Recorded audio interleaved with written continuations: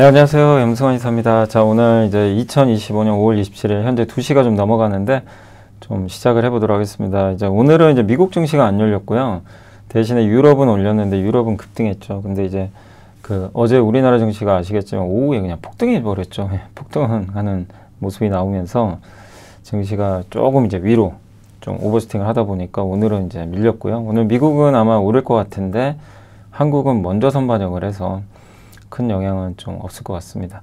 자, 일단 오늘은 이제 미국 시황이 없기 때문에 해외에서도 뭐 별 뉴스는 없어요. 그래서 오늘 국내 뉴스 한 2개랑 이제 오늘 좀 보고서, 오늘은 어제 제가 그 기업 분석만 보고서만 좀 보여드리다 보니까 어제 뭐 시황이나 이제 이 업종 보고서 못 보여드렸는데 오늘은 이제 좀 밀린 것들 좀 보여드리고, 그 다음에 대신 오늘은 이제 기업 분석은 제가 또 시간이 없어가지고 오늘 또 5시에 강연을 하죠. 이제 여러분들 또 오시는 분들 계시니까 그것도 준비를 해야 돼가지고 이제 오늘 이제 기업 분석 보고서 올라온 건 아마 내일 제가 또 정리해서 올려드리도록 하겠습니다.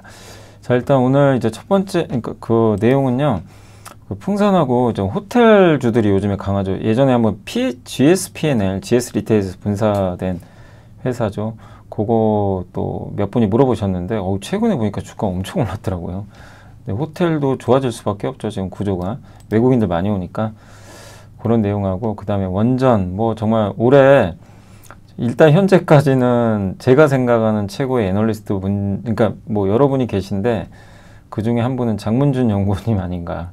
현대건설을 밀어붙인 거 아시죠? 뭐 저도 여러 번 소개해 드렸는데 뭐 정말 그 인사이트가 대단합니다. 그래서 뭐 원전 얘기랑 또 메리츠증권의 문경원 연구원님도 굉장히 잘 하시는데 대형 원전 진짜 10개 가능하냐, 그 내용하고, 건설주 요즘에 원전 때문에도 움직이지만 핵심 변수는 뭔지, BNK의 이제 이선일 연구원님, AI 코딩 에이전트의 시대, 그 다음에 G2 AI 에이전트, 그러니까 AI 에이전트 얘기도 요즘에 많이 나와요. 동해가스전 이슈가 좀 재부각될 수 있다, 이 내용하고, 그 다음 올해 하반기 정유 화학 전망, 전기차 세액공제와 정유업종, 정유업종에 대해서도 이렇게 나쁘게 안 보시더라고요. 이제는 좀 나아지지 않겠냐, 이런 내용이고, 화장품 박정대 연구원님, 또 오리나 연구원님, 특히 중국이 살아난다, 그래서 아모레퍼시픽 좀 주목하자는 얘기가 많고, 이건 되게 좀 신선했는데 제가 보고서 원문은 못 봤어요. 왜냐하면 이게 한국투자증권은 원문을 제공을 안 해요.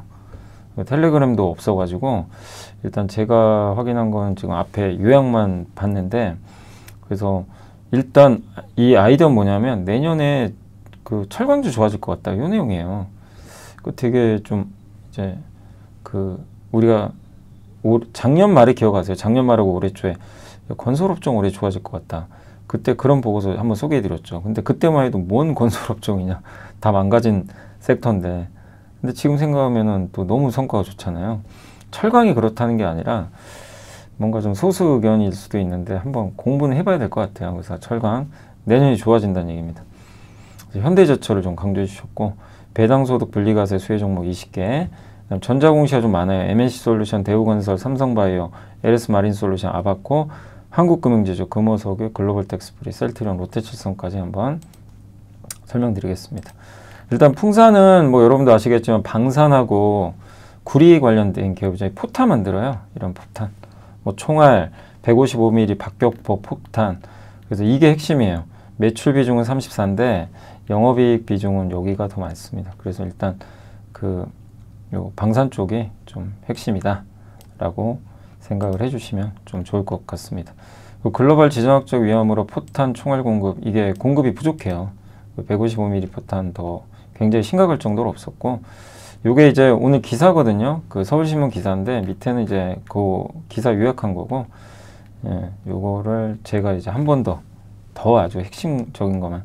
방산은 어쨌든 안정적으로 성장하는데 상대적으로 방산주인데 주가가 많이 못 올랐죠. 다른 방산주는 그렇게 주가 많이 올랐는데 풍산은 참 못 가요. 왜냐하면 구리 사업이 이제 같이 겹쳐 있어서 그런지 어쨌든 구리 수요도 지금 계속 좋은 상황이고, 구리도 친환경 인프라에 많이 들어가거든요. 전기차, 뭐 태양광, 풍력.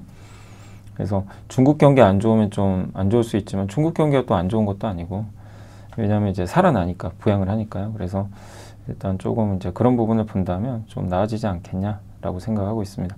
그래서 올해 그 예상 실적 기준으로 PER 8.22배, PBR 0.74배, 배당 수익률도 3.8 정도 되니까 실적도 좋아지고 하니까 한번 그 서울신문에 있는 기사도 한번 여러분들이 이렇게 참고해서 이렇게 찾아보시면 좋을 것 같습니다. 그건 이제 저희 투혼투게더에는 풍산 관련된 이제 뉴스는 올려드렸습니다. 그리고 호텔 그 성수기랑 방한객 격포제, 지금 이건 아마 많이들 알고 계실 거예요. 한국 방문 외국인 관광객이 급증한다. 2019년 수준 이미 회복했고 4월 말 기준으로는 지금 방한객이요, 지금 550만 명으로 역대 최대 지금 기록을 했습니다. 3분기부터 이제 중국인 단체 관광객 비자 면제 시행 예정이고요. 그 다음에 인력도 지금 대규모로 채용을 진행한다고 합니다. 호텔은 지금 아시겠지만 공급이 부족해요. 그래서 숙박료 인상 가능성, 이제 투숙객 입장에서는 좀 안 좋지만 호텔 입장에서 숙박료를 이제 올리게 되는 거죠. 그러니까 보복 관광 수요가 지금 올해부터, 이게 좀 늦었는데 이제 올해 갑자기 이제 보복 관광 수요가 늘고 있죠. 그래서 우리나라 호텔 이제 대표 밸류 체인은 GSPNL, 파르나스 호텔하고요, 서브티엔드가 용산 그 드래곤시티, 롯데관광개발이 제주 드림타워, 카지노도 있고 이런 쪽에 있으니까 참고하시고, 이 밑에는 또 기사 요약인데 이것도 역시 저희 투혼투게더에 다 올려드렸던 내용입니다. 그래서 한번 요즘에 호텔주들이 좀 올라가는 것도 한번 보시면 되겠고, 자 이제 보고서 한번 소개해 드릴게요. 원전 그 이제는 누가 어떻게 지을까가 핵심이다, 이런 내용입니다. 그래서 독일 원전 반대 입장 철회했고, 스웨덴 신규 원전 건설을 위한 예산 승인했고, 트럼프가 행정명령에 서명했어요. 원전 앞으로 10기 짓자. 예. 그리고 향후 이제 앞으로 많은 시간이 좀 걸리겠지만 총 300기 짓자, 이런 내용이에요. 그러니까 300기 지을 수가 있나요? 예. 좀 상상이 안 가는데, 근데 원전을 지어야 되잖아요. 그럼 누가 지을 거예요? 누가 어떻게 지을지가 문제죠. 근데 이걸 제일 잘하는 국가가 한국이죠. 그래서 현대건설, 두산에너빌드, BHI가 계속 이걸 추천하셨죠, 실제 장문주 연구원님이. 그래서 한국이 파트너가 될 수밖에 없다, 이 내용입니다. 이게 가장 중요하다, 이렇게 보시면 되겠고, 뉴클리어 어벤져스의 탄생, KB증권 장문준, 이것도 이제 지난주에 나왔던 보고서인데 제가 그냥 표만 좀 따왔어요, 사실. 그래서 보시면 이게 바라카 원전, 미국 원전, 핀란드, 예, 요게 프랑스. 요게 보면 이게 우리나라가 수행한 거잖아요. 여기 이쪽에 보시면 바라카는 3년, 이제 실제 예상과 실제 가동의 차이예요. 근데 우리도 완전히 납기를 다 지켰다 먹고, 이거보다 이 가동 시점, 그러니까 예상했던 가동 시점보다는 조금 3년 늦어졌어요. 근데 미국은 5년, 여기 핀란드 이쪽은 14년. 네. 여기가 이제 여기가 또 12년, 프랑스 쪽은 12년이나 걸렸습니다. 네. 그러니까 굉장히 오래 걸린 거죠. 근데 우리나라는 이제 예상과 실제 투입 비용 차이가 10%밖에 차이 안 나는데 114, 266, 300. 한국의 경쟁력이 압도적이죠. 현대건설, 삼성물산이 했던 거거든요. 네. 그러니까 한국이 정말 짧은 시간 안에 가성비 좋게 잘 만들어요. 그리고 원전 건설 단가인데 한국 보이세요? 한국이 제일 싸죠. 네. 파트너가 될 수밖에 없어요. 뭐 프랑스 비교도 안 됩니다. 네. 요게 이제 핵심이고, 그 다음에 이제 원전 백악관의 행정명령, 저는 좀 이게 가능한지 모르겠어요.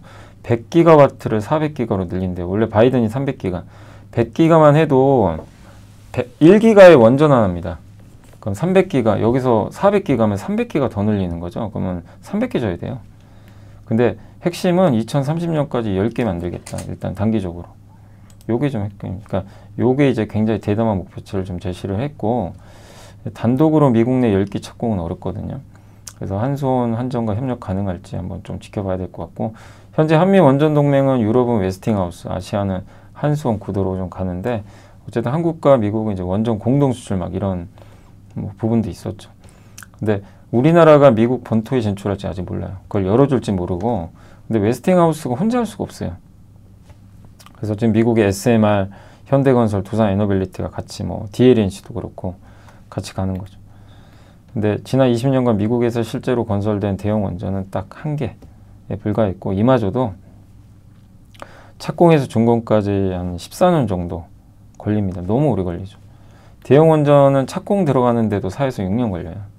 현재 미국 내 신규 대형 원전의 인허가는 전무한 상황이고, 행정명령은 또 법률도 아니니까 법을 좀 바꿔야 되는데 시간은 좀 아마 걸릴 거예요. 그래서 이번 명령은 구체적 숫자의 현실성보다는 요게 핵심인 것 같아요. 진심이다. 아, 트럼프가 원전에 진짜구나. 진심이구나. 그러니까 조선 원전에 진짜 진심인데 이 파트너는 자기네가 잘 못하니까 한국이 될 가능성이 높은 거죠. 그리고 현실적으로 제약 조건이 있으니까 SMR 중심으로 무게 중심이 옮겨질 수도 있어요. 네, SMR. 요건 올해 말부터 착공 들어가거든요. 현대건설이 올해 말에 홀텍과 미국에서 하기 시작하죠. 그래서 원전은 어쨌든 미국은 지금 진심으로 하고 있구나. 요걸 좀 느낄 수 있고, 다만 원전은 시간이 굉장히 오래 걸려요. 실적이 끼치는 거는 되게 오래 걸리니까 숫자와 현실이 좀 괴리가 될 수 있거든요. 그래서 그 부분은 좀 염두에 두시면 좋겠어요. 그래서 원전은 지금 뭐 뒤늦게 들어가는 건 안 되고요. 나중에 또 충분한 조정 나올 때 또 기회가 생길 것 같습니다. 자, 건설주 움직이는 핵심 변수가 뭘까? 금리예요, 금리. 여러 가지 있는데 금리와 주택가격입니다. 이 두 가지가 제일 중요합니다. 근데 방향을 보세요. 실물 경제는 안 좋죠. 그래도 부양책 쓸 거니까 오히려 이게 나쁜 건 아니고 금리 인하는 올해 하반기까지 이어집니다. 네. 그 다음에 이거는 뭐 여러분도 많이 아시겠지만 아파트 입주 물량이 올해부터 팍 줄어요. 네. 내년은 엄청 줍니다. 그래서 아파트값 올라갈 확률이 높은 거예요. 그냥 수요와 공급의 법칙에 의해서. 공급이 그냥 줄어버려요. 공급이 내년에 반토막 나요. 예, 작년 대비해서. 여기 아파트 공급 주는 거 보이시죠? 근데 이게 지방도 줄어요. 서울만 주는 게 아니에요. 서울은 원래부터 좀 적었고 서울 아파트 값이 올라가는 이유 중에 하나가 사실 그게 좀 컸죠. 공급이 너무 부족해요. 사실 서울은. 아파트 공급이 생각보다 부족한 거죠. 근데 거기다가 이제 이런 이슈까지 터지니까 내년까지는 이제 아파트 값 올라갈 확률이 그러니까 우리가 데이터만 보면 그냥 올라갈 확률이 좀 높지 않나 이렇게 보고 있고 최근 건설주 주가 강한 건 이제 원전 기대감 때문인데 결국 실적의 핵심인 주택이 받쳐줘야 된다.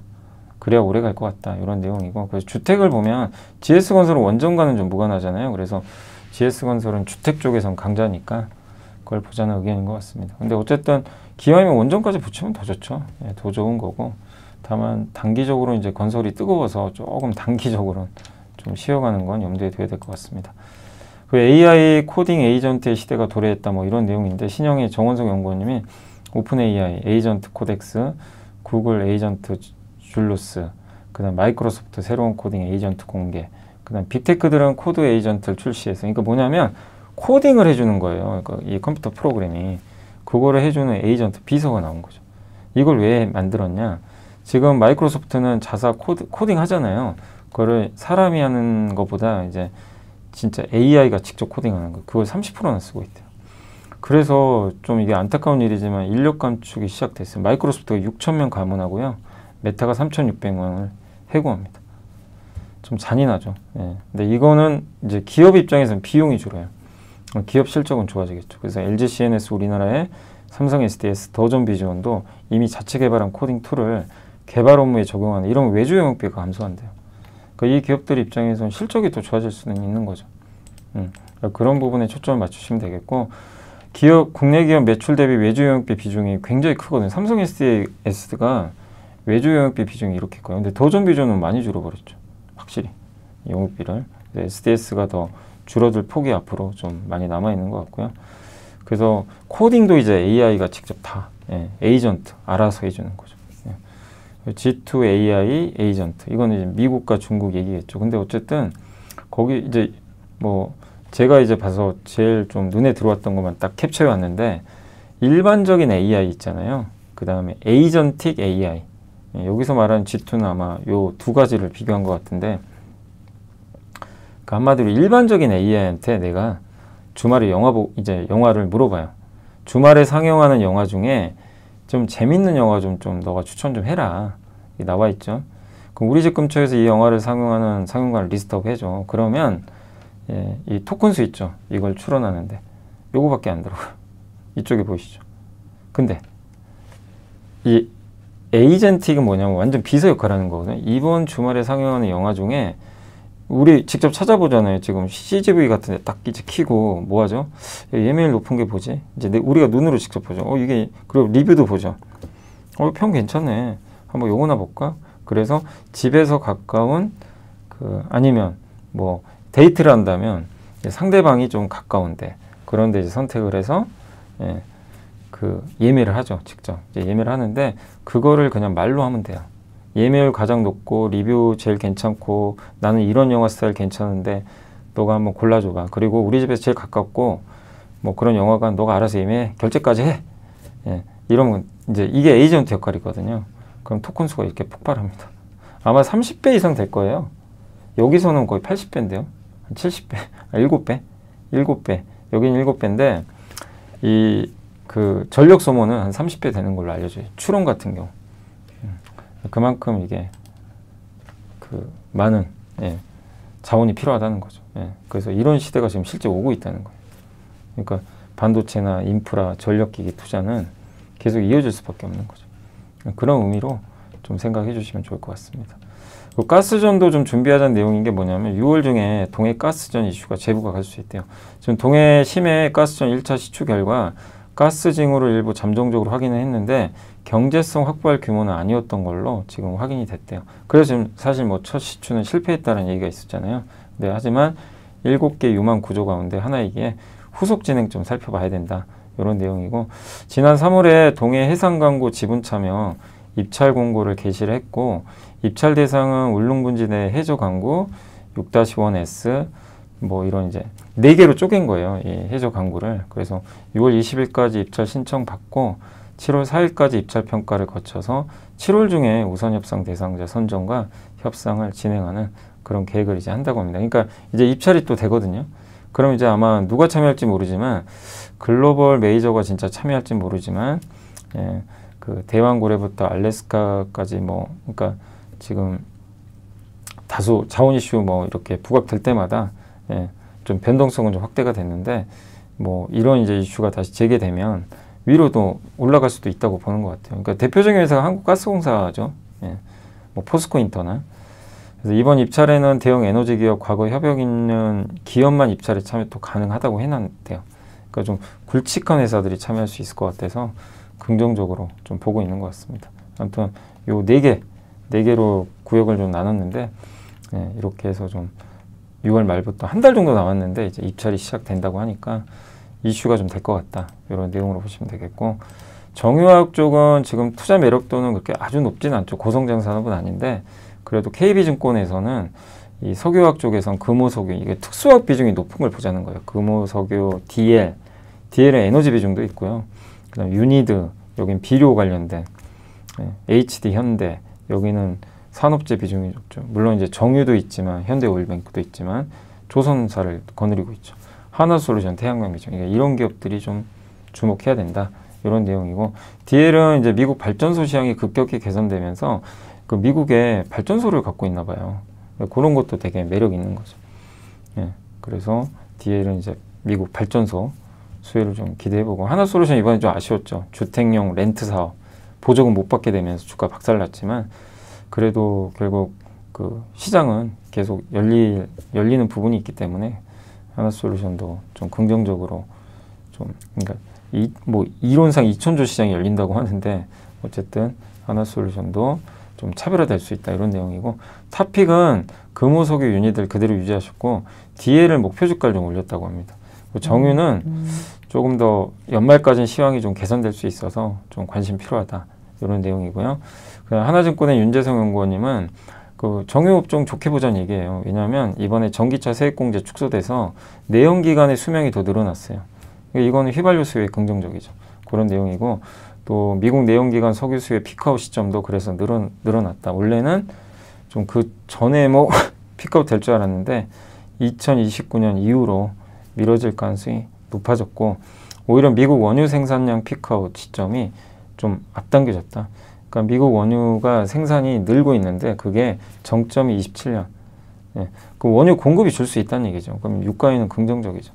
그래서 국제유가 뭐 좋다 뭐 이런 것보다 $60가 바닥이 될 것 같고 또 국제유가 60에서 $70 내외에서 움직일 것 같고 정제설비 증설이 올해 64% 감소해요. 그러니까 이런 거는 정유업체한테는 긍정적이죠. 공급이 주니까. 지식이 복리로 쌓이는 투자정보, 믿음 가는 투자정보 파트너 투원투게더 오픈. 투원투게더란 LS증권에서 제공하는 서비스로 투자자들에게 다양한 정보를 빠르고 정확하게 전달하고 모든 투자자의 성공 투자를 함께 하기 위한 투자 정보 컨텐츠 서비스입니다. 투원투게더는 투원 HTS, 투원 MTS, 사용하는 매체 어디에서나 접속이 가능합니다. 투원투게더 어떤 컨텐츠를 제공할까요? 해외 이슈는 미국 시장 마감 시황, 해외 수급, 해외 증시 일정, 해외 뉴스 등 주식시장 흐름 파악을 위한 해외 시황과 이슈들을 알려드립니다. 시장 읽기는 주요 뉴스 요약, 뉴스 해설, 뉴스 연계 종목 등 주요 뉴스에 대한 빠른 요약과 관련 이슈에 대한 정보를 알려드립니다. 종목 톡톡은 수급 특징주에 대한 분석과 투자 아이디어, 실적 속보 등 종목에 대한 다양한 정보를 알려드립니다. 보고서장은 리서치센터에서 발행하는 보고서, 모닝미팅, 공시, 그리고 증권사별 종목에 대한 요약 정보를 알려드립니다. 주식 배우기는 함께 배우기, 투자 상식 등 투자자들이 알아야 할 전문 지식과 투자 칼럼 및 자료에 대한 정보를 알려드립니다. 투원투게더와 함께 성공 투자를 만들어 보세요. 그래서 미국 내 독립정유업체, 아시아 정유업체가 수혜를 받을 것 같다라는 내용으로 보시면 되겠고, 올해 하반기부터 정유업체의 실적 뚜렷한 개선을 전망하고 있고요. SOL은 향후 1년간 대형주 내에서 가장 좋은 성과를 기대하고 있다, 이런 내용이니까 참고해 주시면 좀 감사하겠습니다.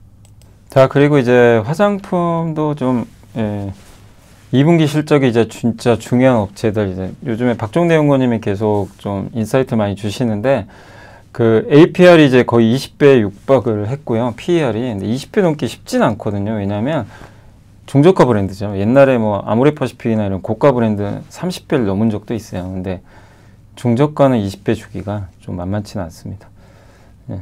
그래서 그런 좀 이제 중저가 브랜드 업체가 PER 20배 넘기 힘들다는 그런 이제 공감대가 있는데, APR은 어쨌든 20배 육박을 했고요. 근데 이렇게 이제 밸류가 높아지면 애널리스트들 추정이 되게 좀 어렵다. 왜냐하면 분기에 예를 들면 400억 하던 회사가 3개월 만에 이게 800억이 되면 애널리스트의 실적 추정치 합리성의 예측 가능성이 되게 떨어질 수밖에 없대요. 그러니까 이거를 미리 예측하기도 쉽지가 않고, 예. 그래서 좀 이 추정치를 내기가 좀 만만치 않다. 그러니까 너무 회사가 갑자기 성장을 하면요, 예, 추정치를 이제 사실 합리적으로 쓰기가 좀 만만치 않다. 그래서 그 추정치에 또 근거한 PER 객관성도 떨어지기 때문에, 그래서 APR을 10만 원 이상에 매수한 투자들은 누구도 APR의 밸류에이션이 20배라고 생각 안 하고 시장 이제 실적은 더 좋을 거다. 예, 그래서 지금의 PER 20배가 아니라 실적 추정치 또 상향돼서 이익이 올라가면 PER이 낮아지잖아요. 그럼 15배가 되지 않겠냐. 이런 기대가 깔려 있다는 거죠. 20배는 비싼 건 맞아요. 20배는 절대 싼 건 아닙니다. 그죠? 예. 근데 시장에 이제 APR을 만약에 이렇게 지금 10만 원 이상에서 투자를 했다면, 이거는 15배일 거야. 예, 추정치보다 훨씬 잘 나올 거야. 이 기대가 깔려 있다는 거죠. 그래서 실적이 진짜 잘 나오더라도 기대를 뛰어넘지 못하면 주가가 급락할 수도 있다는 거죠. 그래서 앞으로는 뭐가 더 중요하다? 매출. 예, 매출 성장이 팍팍 나와야 돼요. 전년 동기가 아니라 전분기 대비, 예, 이 성장이 반드시 나와줘야 된다. 예, 이걸 좀 말씀하셨습니다. 그래서 APR도 매 분기 검증을 할 거예요. 그래서 그 검증을 통과하면 주가 계속 오르는 거죠. 근데 그 검증을 통과 못하고 예상보다 좀 꺾이는 모습이 나오면 흔들릴 수 있다. 이런 걸 좀 염두에 두시면 되겠습니다. 그러니까 많이 올라간 만큼, 우리가 뭐 아시겠지만 APR이 얼마 전만 해도 얼마였습니까? 주가 지금 단기간에 거의 한 2배 가까이 올라버렸잖아요. 예. 그러니까 이렇게 그냥 폭발적으로 좀 주가가 급등해 버렸거든요. 순식간에. 예. 그런 것처럼 이제 눈높이가 굉장히 올라갔기 때문에 그걸 염두에 두시면 되겠고, 다만 그만큼 좋은 실적을 내고 있는 거죠. 예. 그래서 계속 좀 검증하시면 되겠고, 달바글로벌이 이번에 신규 상장을 했는데 1분기 좀 밀어내기 의심이 좀 있었던 것도 같아요. 왜냐하면 이제 이 회사가 너무 지금 실적이 좋은 거예요. 지금 비싸지도 않았어요. 공모가 그때 제가 그 신규 상장주 한번 이제 뭐 진짜 간혹가다 한 번씩 소개해 드리잖아요. 예, 근데 저도 이제 달바글로벌은 딱 이제 보는 순간 야, 이거 괜찮다. 그 생각을 했어요. 그래서 소개를 또 해드렸던 거고, 왜냐면 공모가도 쌌어요. 공모가도 PER 10배밖에 안 됐고 시총이 8천억. 그러면 누가 봐도 시총 1조는 넘을 회사 같은데 싸 보였던 거죠. 근데 아니나 다를까 이제 상장하고 나서 뭐 주가가 지금 계속 많이 오르고 있고, 무엇보다 많은 애널리스트 분들이 지역 균형도 잘 돼 있고 온라인 채널 비중도 높고, 그 다음에 그 미스트 자외선 차단제 여기에 굉장히 좋은 성과를 내고 있고, 러시아 비중이 되게 높더라고요. 그러니까 지역이 되게 다변화돼 있어요. 그리고 근데 실적도 너무 좋은 거죠. 전분기 대비 매출 20%, 영업이익률이 이거를 둘 다 달성하는 거 쉽지가 않거든요. 이익률도 27%. 이익률이 12.4%포인트나 올라간 거예요. 그러니까 이제 깜짝 놀랄 정도로 지금 좋은 성과를 내고 있고, 현재 주가는 PER 17배로 APR 대비 또 저평가되어 있고, 연간 15% 정도 성장하는 기업에 좀 적당한 밸류에이션, 그러니까 상대적으로 좀 저평가되어 있다는 거죠.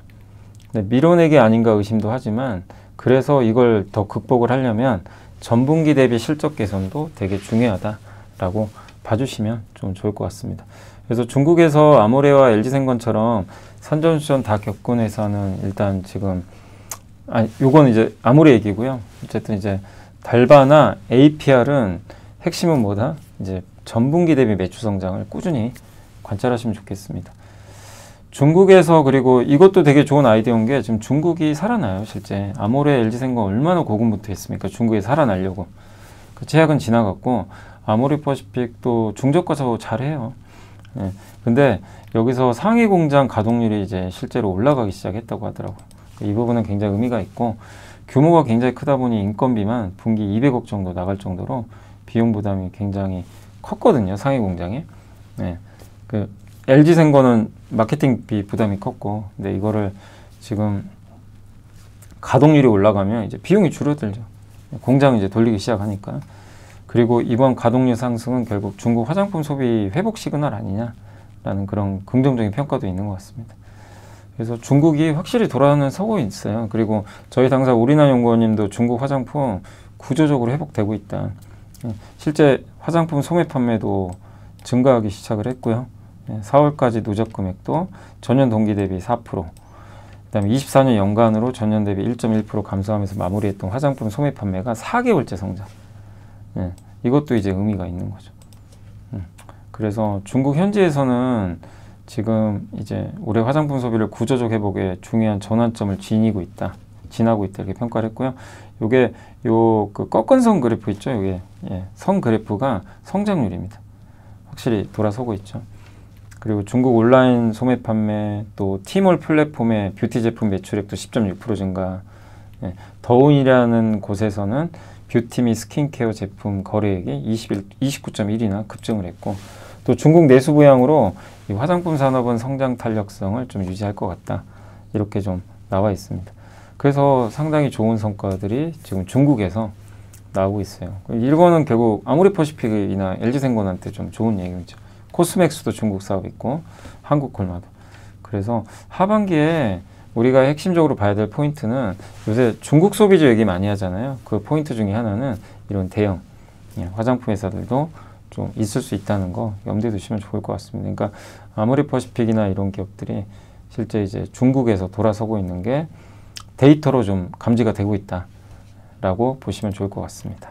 그래서 한번 말씀드렸고, 철강은 제가 요약만 이제 이렇게 나온 거라 그것만 좀 말씀드리면, 일단 비중 확대고요. 철강은 좀 아직도 좀 이렇게, 그쵸? 진짜 좋아질까? 여전히 수요는 부진한 것 같고, 근데 내년에 철강 업황 상승 사이클 될 것 같아요. 이게 맞으면 투자를 해야 되는데 확신을 못하죠. 여러분 확신할 수 있으시겠어요? 누구도 확신을 못해요. 철강주 주가 보면 아직도 막 답답하고, 관세도 막 때리고 막 이러니까. 근데 어쨌든 중국의 열연 스프레드, 그러니까 원재료랑 열연 철강 있죠. 요 가격의 스프레드가 좁혀졌다는 거 안 좋은 거죠. 이게 벌어져야 되는데. 그리고 미국의 관세 정책, 중국 경기 부진. 그러니까 올해 하반기 철강 업황은 더 안 좋을 거래요. 그래서 오히려 내년을 좋게 보시는 것 같아요. 왜? 더 이상 못 버티니까 구조조정 할 거다. 핵심은 구조조정이에요. 근데 우리나라 어제 뉴스 보셨어요? 동국제강이 그 공장 가동 중단했더라고요. 어떤 한 공장, 제가 어느 공장인지는 기억이 안 나는데 기사가 나왔죠. 그래서 구조조정이 어떻게 보면 좀 되는 거죠. 그러니까 중국도 그런 구조조정의 필요성이 아마 대두되지 않겠냐. 예, 업황이 안 좋기 때문에. 그리고 내년에 15차 5개년 계획도 시작을 하고요.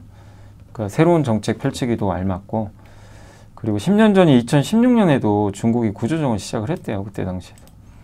그래서 2016년 1월 중국 구조조정 발표 이후에 1년간 포스코홀딩스 현대제철 주가도 이렇게 당시에 올랐다고 합니다. 그땐 포스코가 현대제철은 좀 확장하는 뭐 그냥 합병하고 이래서 효과는 포스코홀딩스가 더 좋았대요, 당시에. 근데 이번에는 현대제철이다. 왜냐하면 포스코홀딩스는 리튬 사업을 하니까 2차 전지가 일부 속해 있죠. 근데 순수하게 현대제철은 이제 철강 사업을 하니까 이번에는 현대제철이 좀 더 낫지 않겠냐, 뭐 그런 시각이신 것 같고요. 예. 근데 어쨌든 목표 주가는 62,000원 제시를 했고, 되게 이제 소수 의견이죠. 과연 진짜 내년 현대제철, 뭐 포스코도 그럼 좋아지겠죠. 이게 진짜 좋아질까? 예. 요건 한번 우리가 계속 추적을 해야 되겠습니다. 그래서 저도 아직은 더 지켜봐야 될 것 같고, 근데 관심은 기울여 봐야죠. 추적을 해야 되니까. 그래서 한번 좀 이런 이 내용이 좀 맞을지 한번 추적을 해보도록 하겠습니다. 자, 그리고 동공급, 구리는 공급 부족 상황이 해소되긴 더 심화되고 있고요. 동재련 수수료도 굉장히 낮고, 이제 동은 이제 구리예요. 구리라고 보시면 되겠고, 프리미엄은 $100 상회했다고 합니다. 그러니까 공급 부족. 예. 경기가 안 좋은데도 이러면 경기 좋으면 더 오를 수도 있다는 얘기죠. 우리나라 최대 기업은 풍산이죠.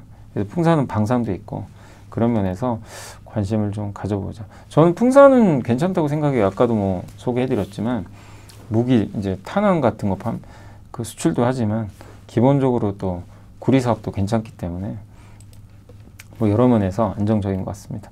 자, 매크로 측면에서 이제 배당소득 분리과세 수혜 종목 20개 여기 써 있는데, 요거는 이제 그 민주당의 이소영 의원님 맞으시죠? 이제 그분이 배당 성향 35%인 기업은 분리과세하자, 이런 이제 법안을 내셨더라고요. 그래서 하나투자증권에서 그걸 뽑은 거예요.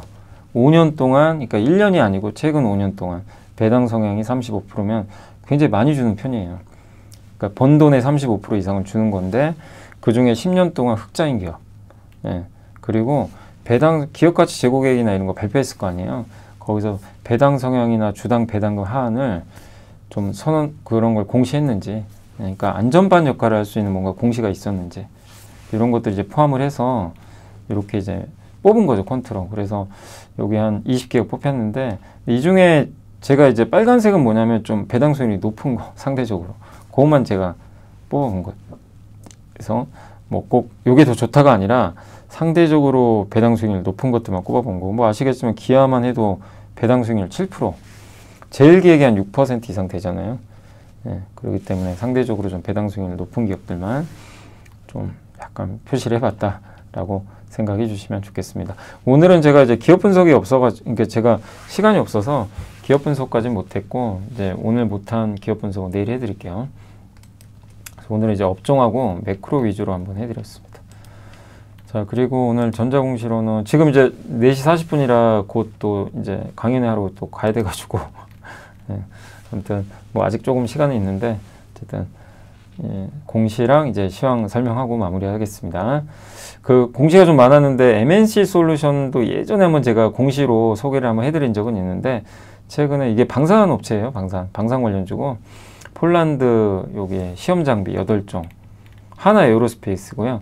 폴란드 K9 자주포 있죠. 거기 탑재되는 포나 포탑, 현수장치 이런 부품을 검사하는 시험 장비를 이제 공급하는 계약이라고 좀 보시면 좋을 것 같습니다. 그래서 MNC 솔루션이 그 폴란드랑 하나 에어로스페이스에 공급하는 거 이집트 여기 각각 있죠. 이 두 개를 일단은 이제 공급하는 계약을 맺었다라고 보시면 되겠고, 대우건설이 원전도 잘 하긴 하지만 원래 이런 신흥국에서 이런 여러 가지 되게 다양한 플랜트 건설에 또 유명한 회사 중에 하나죠. 트루크메니스탄의 그 미네랄 비료 생산 공장 건설 계약을 맺었어요. 1조. 사실 이거는 어느 정도 미리 알려졌던 게 예전에 또 뉴스가 이제 몇 번 나왔었습니다. 근데 이제 확정 공시가 뜬 거예요. 그래서 굉장히 큰 금액이죠. 1조가 넘고, 투르크메니스탄 제2의 도시에 비료 공장 짓는 겁니다. 예. 대우건설은 이번 수주로 중앙아시아 지역에 드디어 처음 진출하게 됐어요. 여기. 이쪽 지역에 짓는다고 합니다. 여기 이제 거리가 엄청 길긴 한데, 석유화학 및 비료 관련 사업이 이제 추가됐고, 체코 두코바니 원전 시공도 담당할 예정이죠. 이번엔 대우건설이에요, 체코는. 예, 그래서 국내 건설사들의 또 추가적인 뭐 대우건설뿐만 아니라 이런 지역도 진출하길 한번 기대해 보고요. 삼성바이오로직스 계속 공시 뜹니다. 바이오 위탁품, 의약품 위탁 생산. 이번에 아시아 소재니까 일본일 가능성이 좀 높다고 생각하고요. 또 떴어요. 유럽 소재 2,400원. 그래서 수주가 굉장히 지금 잘 되고 있다라고 말씀드리고 싶고, 근데 LS 마린 솔루션이 오늘, 아니 이거 뭐 물론 시설 투자는 좋아요. 여기까지는 뭐 괜찮아요. CLV라고 선박인데 밑에 해상폭력 할 때 그 케이블 설치해야 되죠. 그 전력선, 네, 전선 설치하죠. 그거 해주는 선박이에요. 그래서 당연히 필요하죠. LS 마린 솔루션이 그런 거 하는 회사니까. 그래서 글로벌 해적 전력 케이블 프로젝트 장거리 대형화 등에 따라 케이블 적재 용량이 올라가요. 그래서 대형 선박을 건조해야 돼요. 발주해야 되는데 이게 뭐 적은 돈이 아니죠. 그래서 3,458억 정도 이제 투자를 하는 거고요. 대규모 해상 폭력 및 해상 그리드 시장으로 진출 도모. 네. 그러니까 뭐 시설 투자하는 거는 긍정적입니다. 이 자체는. 그래서 3년 동안, 이 3년 후에 이게 건조가 끝나겠죠. 그래서 해적 케이블 부설선이에요. 이렇게 해서 밑에도 바다에다 케이블 까는 겁니다. 그 선박이에요. 특수 목적 선박이죠. 근데 CLV는 아시아 최초의 대용량 CLV래요. 이번에 하는 게. 해상폭력. 우리나라도 해상폭력하고 대만도 하고 아시아는 해상폭력 많이 하거든요. 거기에 필요하다는 거죠. 그래서 여기도 나와 있죠. 대만 연안에서 계획된 외부망과 국내 부유식 해상폭력 프로젝트 수주가 목표예요. 그걸 위해서 하는 거고, 특히 대만 시장이 정말 빠르게 성장합니다. 그래서 LS 마린에 CLV가 투입이 되면 좀 높은 성과를 내지 않겠냐. 아, 여기까지는 좋습니다. 근데 다음이 문제입니다. 왜 굳이 유증을 하냐 이거죠. 주주분들의 불만도 이겁니다. 그래서 여기도 이제 오늘 뭐 최근에 주가 워낙 좋았잖아요. 마린 솔루션이. 근데 저도 이제 저희 어떻게 보면 LS 그룹이니까 얘기하기가 좀 조심스럽긴 해죠. 뭐 어쩔 수 없어요. 저도 이제 그잖아요. 이제 같은 그룹에 있기 때문에 뭐 좋은 얘기든 나쁜 얘기든 말씀을 이제 뭐라 그러죠? 하기가 좀 쉽진 않습니다. 근데 뭐 제가 분석은 당연히 해드려야 되니까. 그러니까 시설 투자는 좋아요. 그거는 당연히 해야죠. 시장이 열리는데 배가 없어요. 배 필요하니까 3천억 들여서 하겠다. 누가 뭐라고 하겠습니까? 그죠? 근데 왜 유증이냐 이거죠. 굳이. 주주분들이 불만은 그거예요. 주주 가치가 훼손되잖아요. 유증을 하는 순간. 그게 좀 아쉬울 수밖에 없고. 그래서 1957만 주 신주 발행을 하고요. 전지 너무 많아요. 60% 나요. 그래서 시설 투자 자금이 2,700억 정도 들어간다고 합니다. 여기 이제 자금 조달을 여기 하는 거죠. 근데 그나마 유증 중에서는 목적은 좋은 목적이에요. 제가 그때도 공시 이제 설명하면서 말씀드렸죠. 요즘에 공시 교육 하잖아요. 예, 그때 최악은 돈을 빌리기 위해서 유증하는 게 제일 안 좋고요. 근데 시설 투자 목적이 제일 좋아요. 목적은. 투자 위해서 하는 거니까. 그리고 발행가는 14,220원이고 6월 26일 저녁 8시까지 갖고 있어요. 주주 배정, 유증 권리를 획득할 수가 있습니다. 청약일은 8월 4일, 8월 5일인데 여기 이제 관련 내용이고, 근데 굳이 유증을 이제 주주분들 입장에서도 그렇고 수년금이 한 1,000억 가까이 돼요. 현금은 있어요. 없는 회사는 아니고요. 부채 비율도 낮은 편이에요. 그래서 혹시 그냥 차입 아니면 3자 배정 유증을 했으면 더 낫지 않았을까. 그런 생각하는 거죠. 어쨌든 좀 아쉽다. 유상증자는 물론 뭐 목적은 여러 개가 있겠지만 뭐 시설 투자라는 목적 자체는 좋지만 유증을 굳이 했어야 되나 하는 저도 뭐 그런 생각 들더라고요. 그래서 같은 그룹사니까 저도 막 얘기하기가 좀 이렇게 껄끄럽긴 하지만 뭐 당연히 뭐 전달해야 될 건 전달해야 되니까 그래서 말씀을 드리는 거고, 좀 이 결정은 저도 아쉽다고 생각합니다.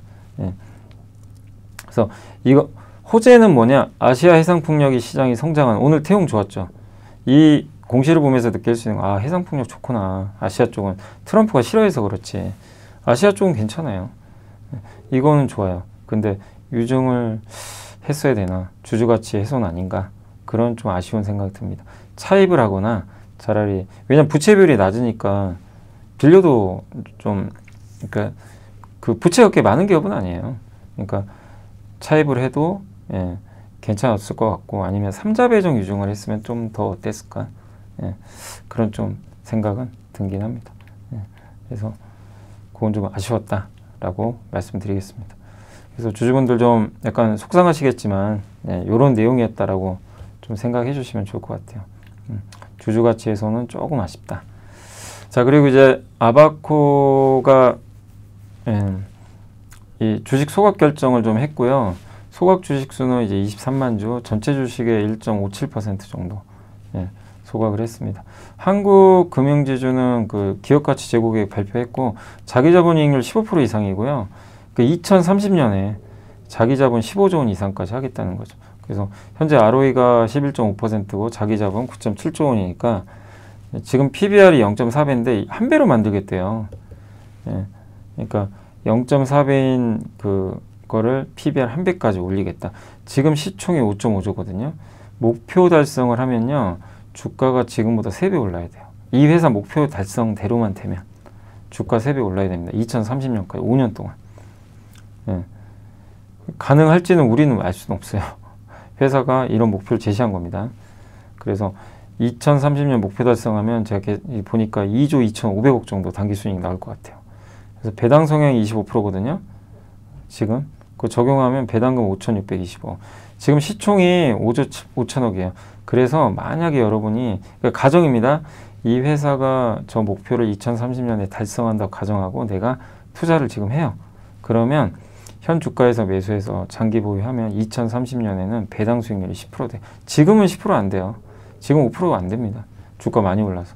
근데 회사가 돈을 점점 벌면 배당금이 늘어나잖아요.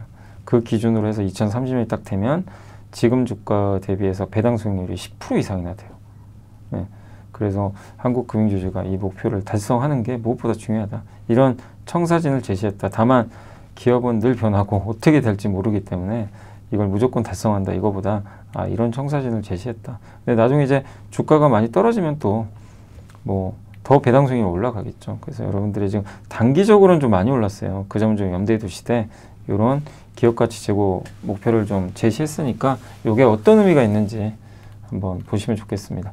금호석유는 뭐 최근에 주가 안 좋지만 여기 부사장이 1억 5천만 원 샀고요. 글로벌 텍스프리 계속 사더라고요. 여기 지금 꾸준하게 이 문양근산의 이사가 꾸준히 사더라고요. 예. 그래서 장내 매수가 또 들어왔다는 거. 셀트리온도 한 그 3명의 대표가 합쳐서 11억 이상 샀어요. 굉장히 많이 샀죠. 예.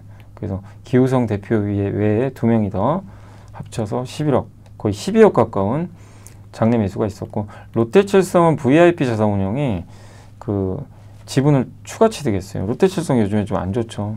좀 그렇게 뭐 성장도 좀 쉽지 않고 이런 분위기인데, 어쨌든 VIP 자산운용에서 지분을 추가로 1.13% 더 취득했다라고 말씀을 드리겠습니다.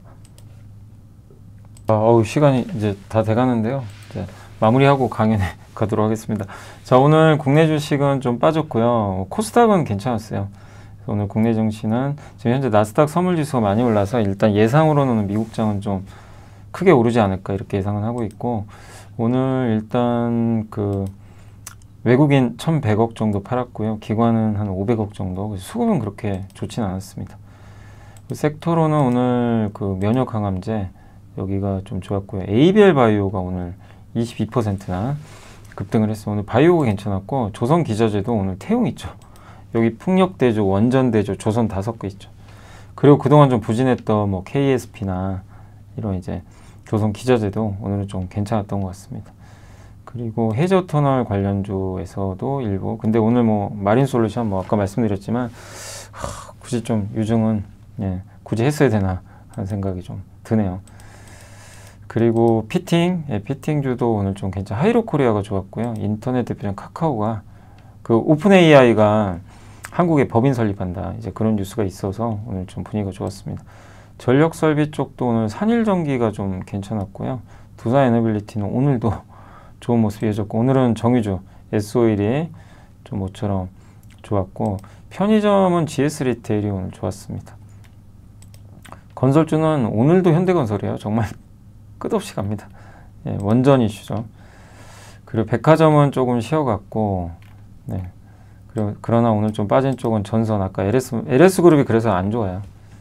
예, 주주 가치 훼손 아니냐 이렇게 해서 이제 예, 주가 좀 다 같이 빠져버렸고, 그 다음에 배터리 참 쉽지 않네요.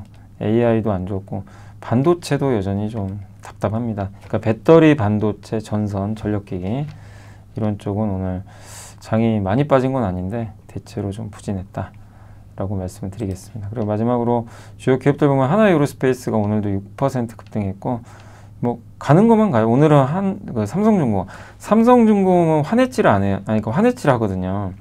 해지를 해요. 그래서 환율이 오르면요 오히려 좀 피해를 봐요. 하나오션은 안 해요, 환해지를. 그래서 환율 오르면 하나오션이 제일 괜찮아요. 근데 지금 환율 급나가죠. 반대가 됩니다. 그래서 삼성중공업은 환해지를 하니까 달러가 약해지면 유리해요, 상대적으로. 네. 그래서 삼성중공업이 뭐 그런 이슈도 있었고 오늘 좀 많이 올라갔습니다. 반면 오늘 뭐 LG전자도 오늘 안 좋았고, 삼성 SDI 좀 빠졌고요, 코웨이가 좀 빠졌고, 오늘 SOA 현대건설 뭐 급등했고, 카카오페이, 카카오그룹주가 급등, 한화가 무려 18% 급등했습니다. 코스닥은 오늘 바이오가 전반적으로 좀 괜찮았고요. 알테오젠, 2차 전지는 오늘 정말 언제 갈까요?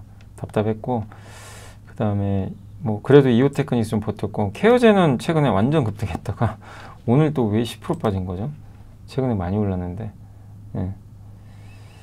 그래서 신고가 경신했다가 오늘은 또 좀, 어제까지 좋았는데 오늘은 또 외국인이 팔아버렸네요. 뚜렷한 뉴스는 없습니다. 그리고 테크윙 좀 빠졌고, 카카오게임즈 급등, 예. 오스코텍, 바이오가 더 좋았네요, 한마디로. 오늘은 거의 바이오. 예. LNC 바이오는 좀 빠졌고, 대부분의 바이오는 분위기 좋았고, 2차 전지하고 반도체 소부장은 좀 부진했습니다. 그리고 코스피에서는 오늘 LS그룹 좀 안 좋았고요. 코스닥은 예, 이쪽 그 뭐 태웅, 조선기자재, 풍력, 예, 원전주 괜찮았고, 반면에 LS마린솔루션이 오늘 코스닥에서는 조금 하락을 주도했다라고 말씀드리겠습니다.